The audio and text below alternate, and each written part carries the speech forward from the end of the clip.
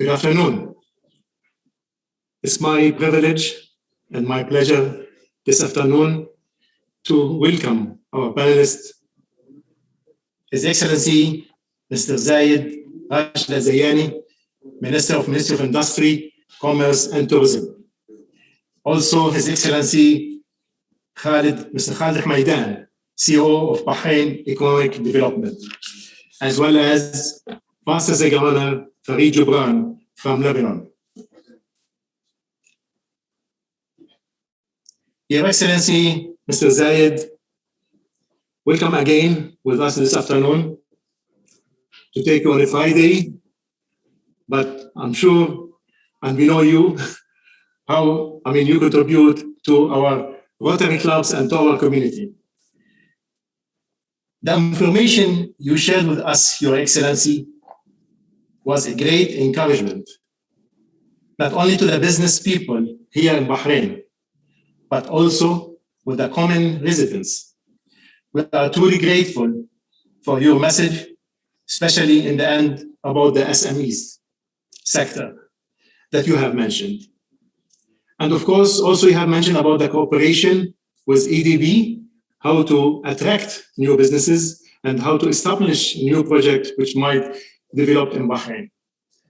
And of course, you said in the end that COVID-19 came, which hit and attacked not only our country, Bahrain, but only on the region, but the whole world.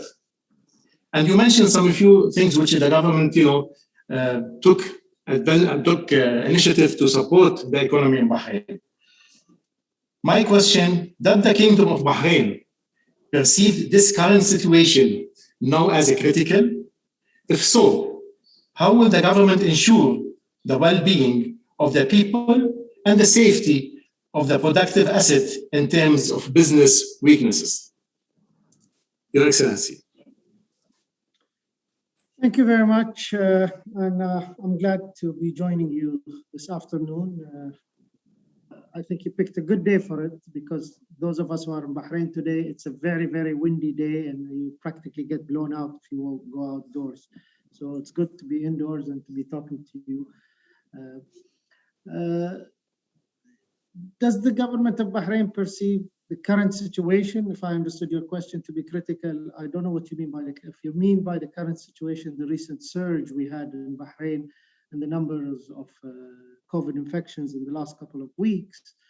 I think the government has demonstrated once again how agile and how reactive it is, or proactive, I'd rather say, to be flexible enough to assess the situation and move accordingly.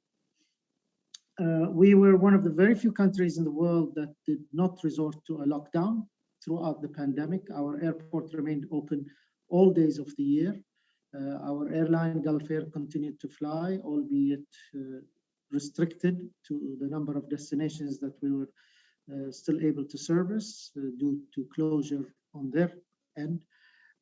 But the vision was very clear: it's not to isolate Bahrain from the world and not to shut down Bahrain internally. And that vision still continues to be the vision of the leadership and the government of Bahrain, and this is what we're doing today. We had to move quickly because of the rise in the numbers in such a short period. And I think within a couple of weeks, we've seen a tremendous improvement in the numbers dropping to 1/3 of what they were 2 weeks ago. And I think the situation is being contained as we speak. Of course, yesterday was another milestone, whether we extend the partial closure of 2 weeks. And we chose to be more prudent to extend it by another 2 weeks. But we are confident that by the end of the coming next week, 2 weeks, that the numbers will be restored back to the lower levels we enjoyed a few months ago. Now, in closure, we also kept in mind that businesses cannot survive being closed. So this is why we've allowed them to operate on a remote basis. This has shown tremendous surge in our e-commerce activities in the last year and a half. A lot of companies who never even considered to look at e-commerce, let alone invest in it, 18 months ago are today doing a sizable portion of their business through e-commerce. and we've seen a huge increase in that. Now, that coincided with another plan we are developing now, and we've been entrusted by Cabinet and instructed by His Royal Highness the Crown Prince Prime Minister to develop an e-commerce national strategy. We have finished the first draft. Hopefully, we will have the final version of it ready within the next quarter and presented to government to be ratified and adopted. The same way, basically, we did in 2017, 2018, when we developed the SME strategy, which has tremendously helped the SME sector and created new opportunities and expansion in our economy and diversity, and created a lot of jobs in the meantime. Bahrain is relatively a small country, but I'll just, I like to throw in some numbers because it gives some perspective. When we first started the SME strategy, we didn't have what is known as incubators and accelerators. Today, we have more than 26 of them very actively in Bahrain, and within them, we have about 800 projects. These are all startups that didn't have a place to plant their seed, so to speak. So today, we have a potential of 800 businesses that could grow. Of course, we all know not all of them are as successful as we would like them to be, but I think there's a good base to start from that. Another very simple function is that we never had food trucks in Bahrain, and we launched the business activity in the Commerce Department to allow food trucks, and we regulated for that. And today we have more than 500 food trucks around Bahrain. For a country of about 700 square kilometers, that's a lot. And today they seem to be doing better than restaurants in the partial lockdown because they are mobile and they can move around and they can serve their customers and be closer to their communities. So by creating new initiatives, by being adaptable, by being agile and responsive, I think we've managed to eradicate a lot of the downfalls that would have occurred to our economy. Of course, it's not realistic to say that everybody will prosper at these times or nobody will get damaged. Yes, of course, there will be casualties and fatalities. This is part of the crisis, and this is a phenomenon we see in all the countries of the world, and Bahrain is not any different from any other country in the world. Thank you, Your Excellency. Of course, I mean, the situation and the pandemic, it's affected all of, I mean, not maybe 100%, but it affects us, it affects the business. And from this point of view, how that the government handles on how businesses deliver better outcomes in time of this current pandemic? One thing we have to realize is that the government is not in the business of running businesses. The businesses are there to run their own businesses. They should know how to manage their affairs in the most efficient way. If government starts interfering on how to manage businesses, that's the doom of the private sector. The private sector should be given enough room to operate. The government role should continue to be a regulator. We should have oversight. We should have protection for the consumers, protection for the investors, but we shouldn't get involved in the micromanagement of these businesses and making sure how to make them successful. This is the responsibility of the owners of the business. It's our job to make it easier for them to do business in Bahrain. It's our job to create opportunity for them, and this is why we're pushing very hard on initiatives like exports. We set up Export Bahrain in 2018. That has tremendously helped the SME sector because we purposely decided back then and continue so to focus it only on exports of the SME sectors, production. And when we say production, it doesn't mean goods, it means services as well. So we've been very successful in less than 3 years in promoting a lot of Bahraini products and services to the world. A lot of these people never exported before. A lot of them are women startups. About 38% of the exports we did through Export Bahrain were by companies owned by ladies. And we managed to open up huge markets to them, reaching all the way to Australia and South America. These companies or some of these businesses never even sold anything outside of Bahrain, not even to Saudi Arabia. So we are pushing them to export, given the small geographical size of our market. We are facilitating through the government with FTAs like the ones we have with the US, with Singapore, with EFTA states, the Pan-Arab agreement. This makes it easier for them and makes their products and services more competitive internationally.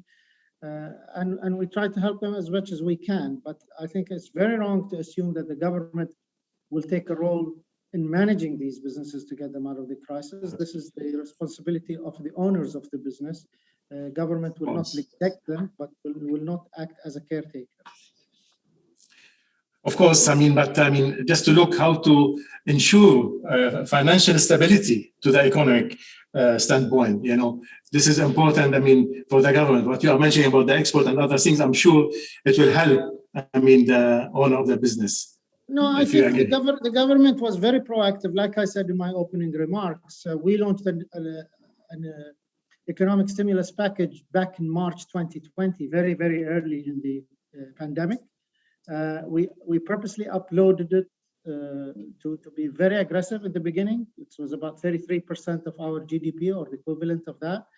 And the main aim was to preserve job loss, really, at that point.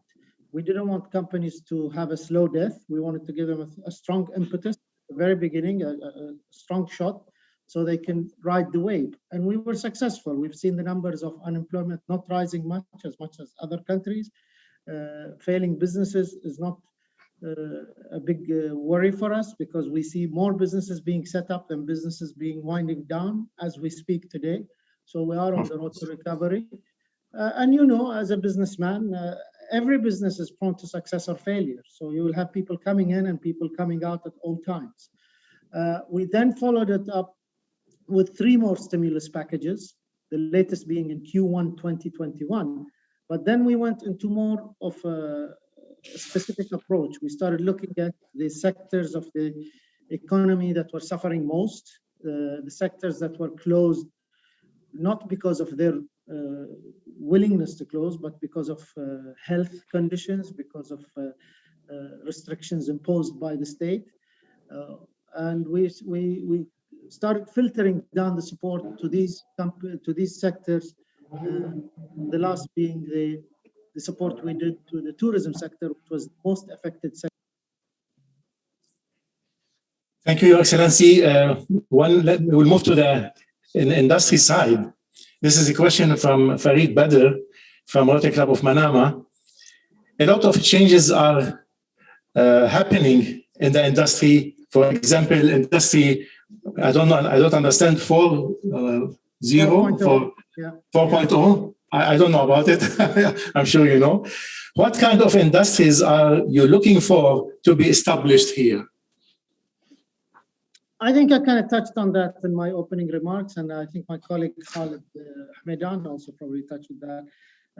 The EDB was very clear to identify the sectors that Bahrain was focusing on. And when I say focusing, it doesn't mean we're not entertaining others, but these seem to be the priority.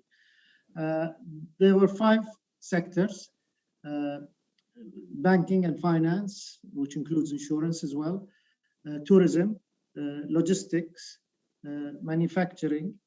And manufacturing, I think manufacturing is such a wide area, and you could look at pharmaceuticals, the food business. But when we look at from an industrial perspective, as a Ministry of Industry, we try to scrutinize what kind of industry we have, and we look at a few major components. One is how much energy they require and how much geographical land they require, because this is probably one of our least available resources.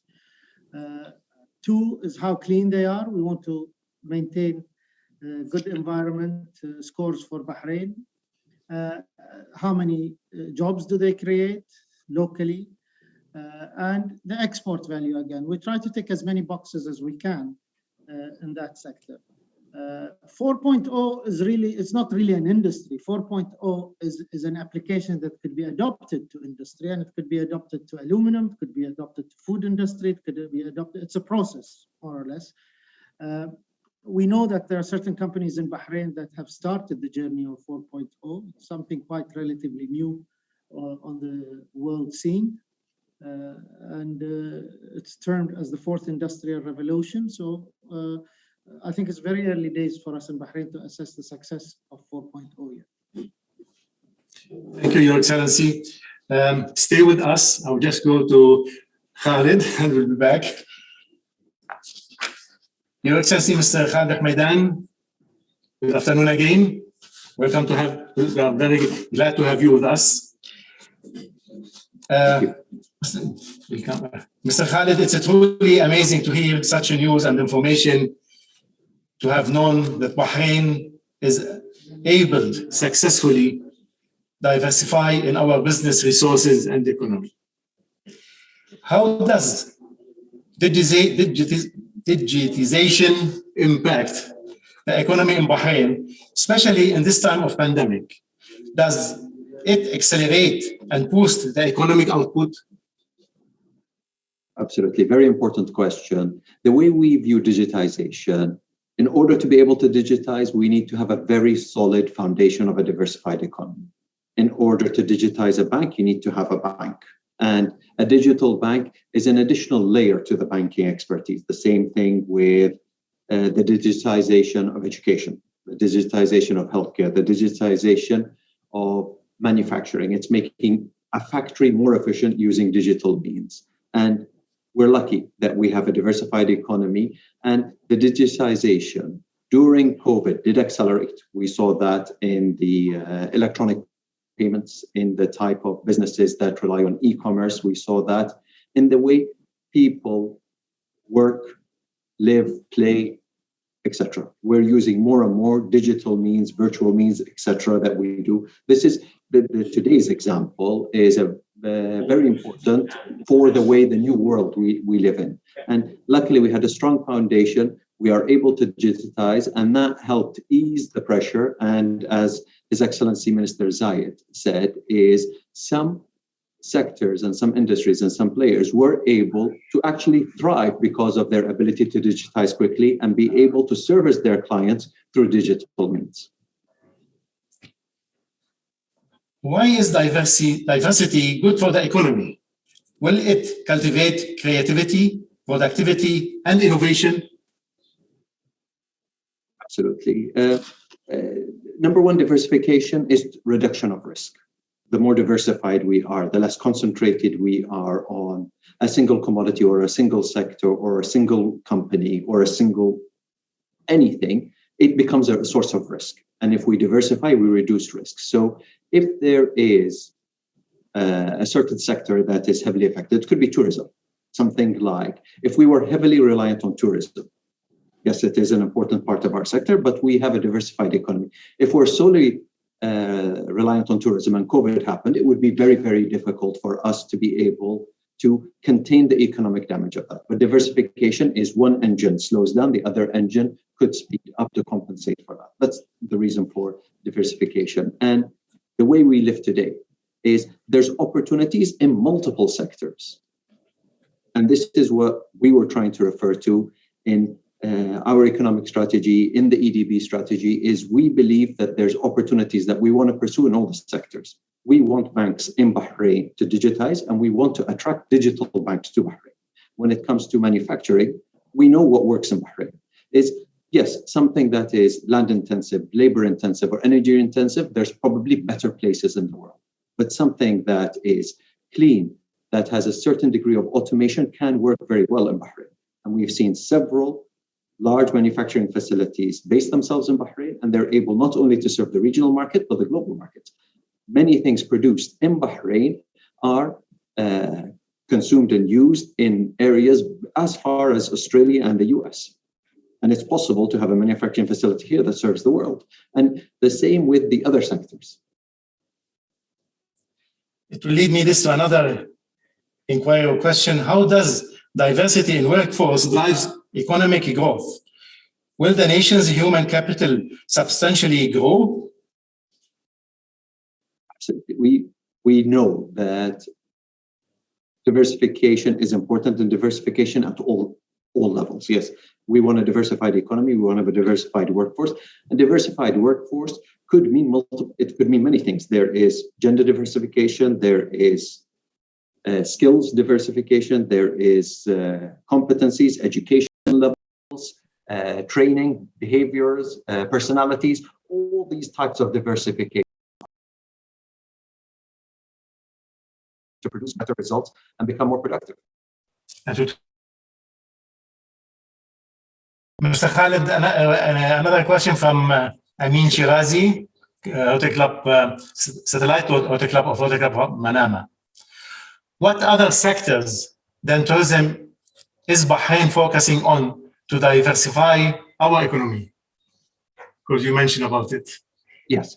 In the EDB, we have teams that are specialists in looking at 8 sectors: manufacturing, logistics, real estate, tourism, education, healthcare, financial services, and ICT.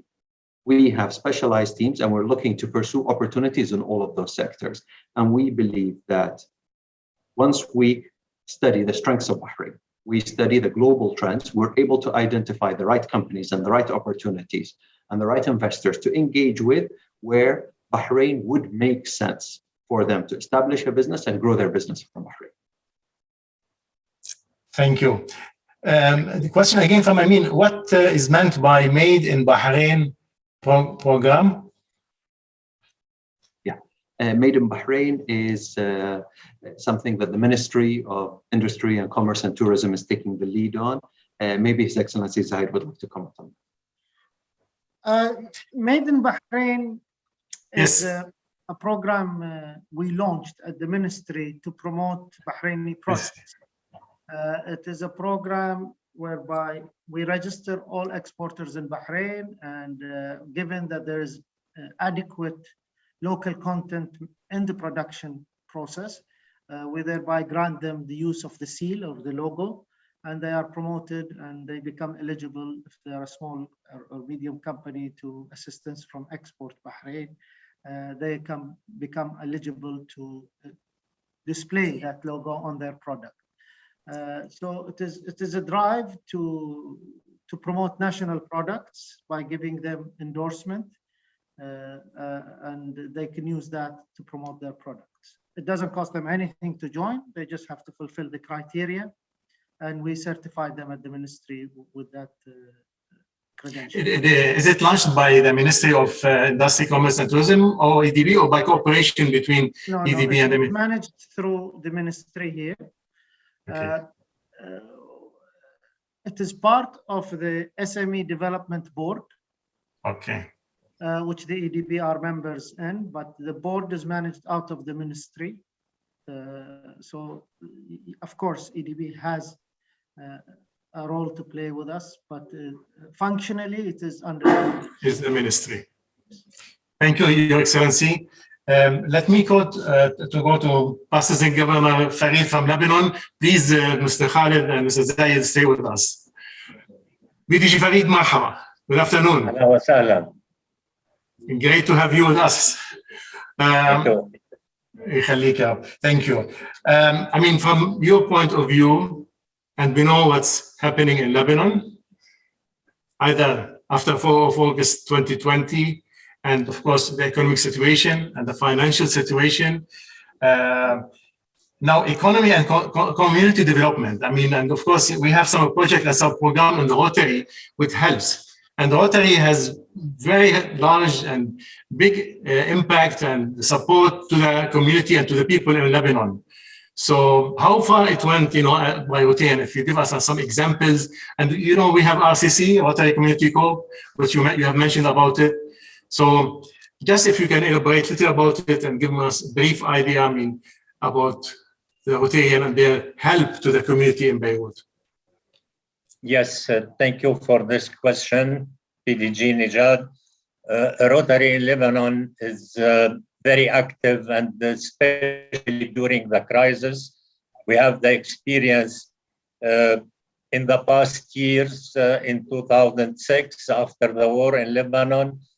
We help our community by several ways.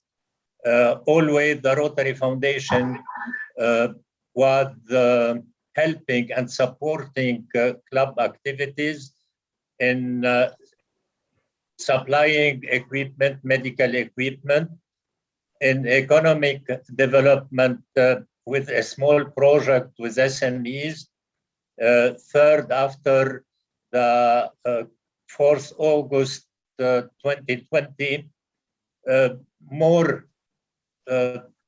support from Rotary clubs to the people who was damaged by this explosion. And we continue also to help the hospitals and with equipment, the medical equipment, and instead of really go to another project with economic development with community. This is not the only project that Rotary clubs are did in Lebanon and continue to support our community. We go through alleviating poverty with the needed person or community in the different area of Lebanon. So we continue with the help of our co-sponsor from Rotary clubs outside Lebanon and with the help of the Rotary Foundation. Inshallah, we can continue with this way of support community by different projects, economic, health, water, sanitation, etc. PDG Farid, also we came to know about a huge project, to support, I think, the quarantine hospital, and was involved about more than 150 sponsors outside Lebanon, but it make a huge impact about to Lebanese. I don't know how much also the amount was. It was a full global grant. And just again, if you give us some numbers or brief us about it, it's very important to know. Yes, it's a big project with more than 150 participants, etc., around the world. Now they are reviewing this global grant because there is a small modification on the contribution of the Rotary Foundation, but we'll continue with the support of district fund, DDF from outside, and as always with the support of our Rotary clubs in Lebanon. This is a big project. We have another 2 projects also similar to this one under process. Thank you, PDG Farid. We are very concerned about Lebanon, about the Rotarian, about the whole people there, and really, whatever Rotarian are doing, really highly appreciated. Thank you very much. Thank you. Thank you. Back to Your Excellency, His Excellency, Mr. Zayed. I'm نعزمك اليوم شوي معنا. لا بالعكس تفضل. يخليك يا رب. This is from Siri Kumar from Rotary Club of Manama. Would Bahrain consider blockchain initiatives from other countries to open tax start-ups here, similar to Bahrain grew as financial center? Yes, by all means. The EDB has done a great initiative in FinTech Bay, and it is located there. Maybe I think Khalid can give more details about it. But yes, Bahrain has always been looking for new initiatives, and Bahrain has always been in the forefront of new technologies, and I think blockchain is one of them. Maybe I'll leave that to Khalid to answer if he doesn't mind. Thank you. Yes, Khalid. Mr. Khalid, sorry. Sure, thank you. The answer is absolutely yes. This is part of our strategy. We do want to attract those type of companies. That's why the Central Bank of Bahrain started off with the first sandbox in the region. This is where developing technologies and new technologies can test their solutions. And if it works in the thing, then they can apply for a license and they'll be able to expand their businesses outside a more controlled environment to a larger environment. And with the help of the EDB, there's Bahrain FinTech Bay, where they're able to locate themselves and learn from other mentors. Blockchain is one of many technologies that we are interested in. There's obviously blockchain, there's crypto, there is open banking, there's all the different types of insurtech, all the different types of fintech. In addition to that, we've taken another step. There is the Hub 973 is another initiative by the Central Bank of Bahrain, leading all towards the same goals. All of these are different ways that we're trying to welcome entrepreneurs, innovative companies to come use Bahrain as a test bed, test your solution here. If it works here, the chances are you'll be able to deploy it locally, and from Bahrain, you can expand regionally. I'm sure I'm the one who asked the question. He will come soon and communicate with EDB. Definitely. I've heard this answer. Absolutely. Thank you. Thank you. Thank you for your support. Back to Your Excellency, Mr. Zayed. Before, I think, a week or a few days in UAE, specifically in Dubai, they allow 100% foreign ownership across industries initiative activities. When will Bahrain, or are Bahrain thinking to do the same? We started the process in 2015, like I said in my opening speech, and part of the reform was to open up the market further. Prior to Dubai's announcement, we were the most liberal. Only 2% of our business activities were restricted to 100% Bahraini ownership, and about 64% of the business activity allowed 100% foreign ownership. Now, what you have to distinguish between here is in Bahrain, we don't have what is called free zones. So we don't consider anything to be a free zone or outside the free zone. We have one law that applies throughout Bahrain, and you're free to set up wherever you want. So we don't have differentiation in that sense towards foreign ownership. As I said, today we are at 65%, 100% ownership for foreigners, and we are further moving to more liberalization in that field, and you should expect some announcements shortly within the next quarter. But there's a plan. I mean, something like this. There's more than a plan. There's more Excellent. than a plan. Thank you, Your Excellency. Mr. Khalid, Bahrain has a trade deficit with countries like USA, China, France. This again a question from Farid Badr. What is our strategy to bring this more in balance? Absolutely. Very important question. We take look and we care about all of our deficits. We believe that the best way to grow out of the deficits and reduce the deficits is to grow the economy. And we have a plan to grow the economy. Growing the economy is by encouraging investment into this. Local investors are encouraged to invest. International investors, foreign investors, regional investors are also encouraged to invest. We want them to invest in multiple sectors, and this is why we want to maintain the diversification strategy. We've made a lot of efforts and strides and progress in the last 2 decades, and we want to maintain that. So we're looking for investments in multiple sectors, and the type of investments we're looking for, something very important is that they have to be forward-looking. Digitization has to be part of our future. And we encourage the investments that come in that will help traditional sectors digitize. In addition to that, there's multiple things happening in the world. And forward-looking doesn't only mean digitization. Is global supply chains are being redrawn.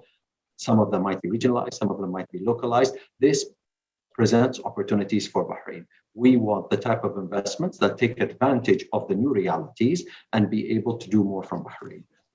A third aspect of the type of investments and the type of strategy that we are trying to implement is that we're trying to build clusters, we're trying to build niches, we're trying to build areas of excellence. It's very difficult to compete in every front all over the world in everything. This is why digital banking is important to us, cloud computing is important to us, and we're trying to build a cluster around that. The same thing with manufacturing. Food, fast-moving goods, that could be a cluster. We have Mondelez, we have Arla. We want to be able to grow that with other companies. If it works for one, the chances are it will work for others. And we want to convince people that Bahrain, and it's relatively easy. Once you see a success, people want to mimic that success, and they want to join in and come and take advantage of the opportunities that are available in Bahrain. So, and they go hand in hand. Is yes, we want to diversify and we want to build clusters. So the bottom line is we want to build clusters in unrelated industries. Thank you. We want to encourage more people to come here, Your Excellency. Thank you very much. Of course, Your Excellency, Mr. Zayed Alzayani, we can feel big differences since you took over, and in Bahrain, especially in the Ministry of Industry, Commerce and Tourism. What you mentioned about Sijillat, about other initiative, about what your strategy and your program was coming, I'm sure this all good for Bahrain, and that's what we want. So your really input and your hard efforts, are very highly appreciated from all the people in Bahrain. Mr. Khalid, the ADB, COO, thank you very much. And again for Bahrain, how to attract new companies, new business. This all will, explore and develop the business in Bahrain, and it will help all the sectors in Bahrain, all the businesses in Bahrain. Thank you very much for being with us today. BDG Farid, thank you for enlightening us about Lebanon, and congratulations for the Rotarians. And remember that we're all here in Bahrain and all the districts. We are with the Lebanese, with the Rotarian, to help as much as we can. God bless you all. Have a nice afternoon. And thank you very much for being with us again. Good luck. Thank you. Thank you. Thank you. Thank you. Thank you. Thank you very much.